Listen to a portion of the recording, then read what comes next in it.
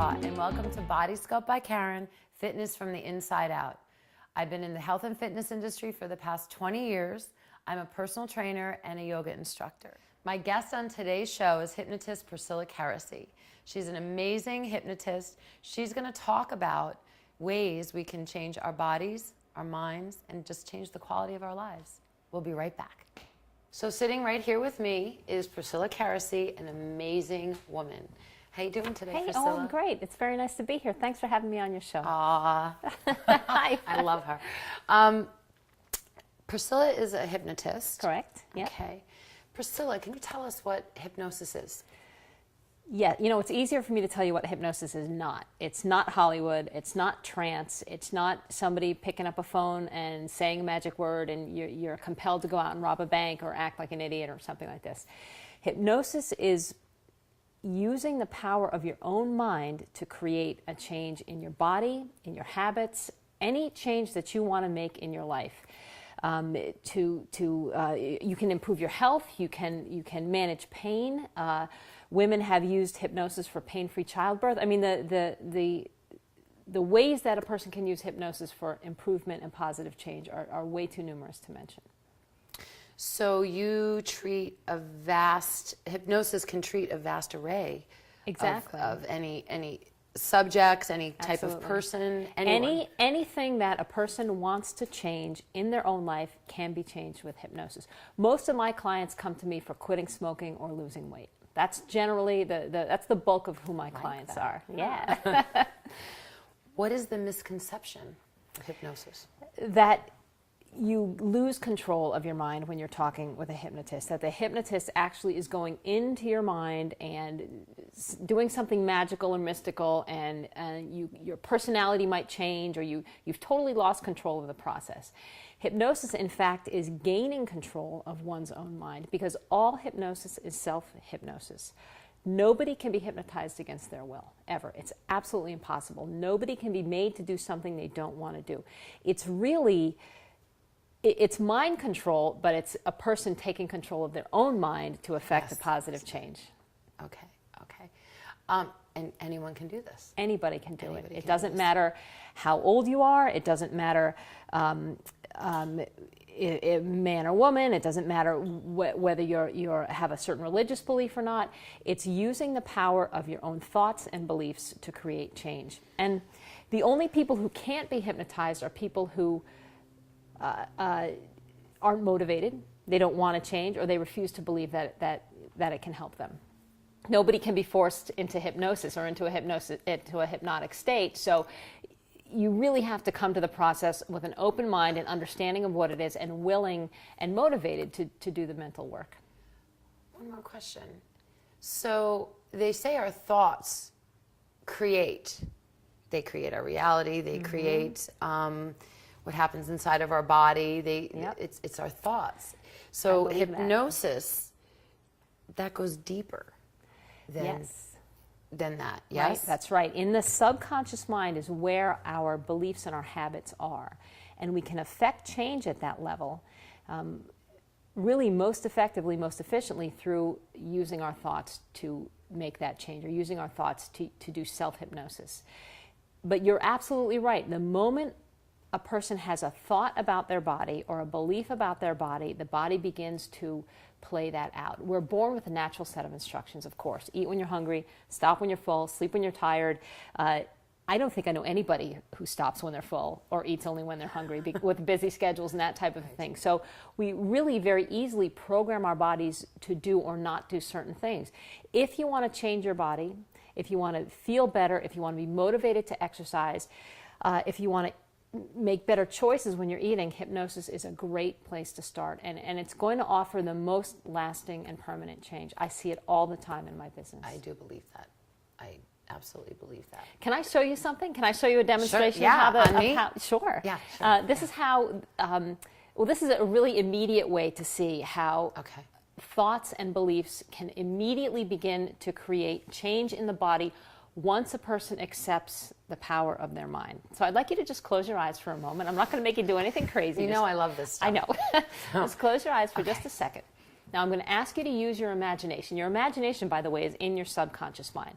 So I'd like you to use your imagination, and I'd like you to pretend or imagine that you have the ability to relax your eyelids so completely that even if you were to try to open them just for a moment, it would be impossible. I want you to pretend, like a little girl might, that your eyelids are stuck shut, and even though you try, they're impossible to open. And when you know that the harder you try, the more relaxed they become, I want you to go ahead and test. Try really, really hard, knowing that even you might find your eyebrows pulling up. Give them a really good, strong pull. Really test yourself. They're fluttering. All right, good. Okay, now just relax and open your eyes. It happened immediately. Yep. Now here's what happened. You bypass the conscious mind, the rational mind that says, oh, of course I can open my eyes. Well, you know you can open your eyes anytime you want to. But you moved from the conscious, rational thinking part of the mind over to the imaginative part of the mind. That's the subconscious mind. The moment you decide or pretend to accept a belief about something like that, your body does it. There's absolutely no delay. So the moment you decided to pretend your eyelids were too relaxed to open, your body had to do it. There was absolutely no delay. Did you lose control of your mind at any time? None whatsoever. So can you imagine if a person sits quietly for a moment, a couple of moments every day, or as they're falling asleep or as you're waking up in the morning, eyes closed, says, I only eat when I'm hungry, I always stop when I'm full, I really enjoy healthy, good tasting foods. And we continually convince the body with our thoughts, as you mentioned earlier, the body begins to embrace those new concepts and make them our second nature. And that is why hypnosis is almost effortless in the changes that are affected. Like reprogramming the mind. Exactly what it is. But I could not force you to make that, to pretend that your eyelids couldn't open. You had to choose and be motivated to do the same thing. So this is why all hypnosis, the power is in our own hands. It felt like I wanted to open them, but they didn't. It was like I was, in a split second, they were fighting each other. And I think you were allowing yourself. Right. I didn't allow it. Right. Because of what I had in my mind. Right. And I think we all go through that in certain things. With smoking, with eating habits. Sure. We struggle with that. And it's basically simple. And let me tell you one other way that we program our minds, and it's we don't even realize we're doing it. But when we repeat something to ourselves over and over again, it becomes second nature. It gets embedded in the subconscious mind, and then we act from that belief. I see so many people who eat very well, who exercise every day, but every day they get on the scale and they say, oh boy, am I fat. And when you tell your body, I'm fat every single day, guess what? The body is only doing what it's told. Absolutely. I agree. I've experienced that myself, and I've had many clients, many experiences with people.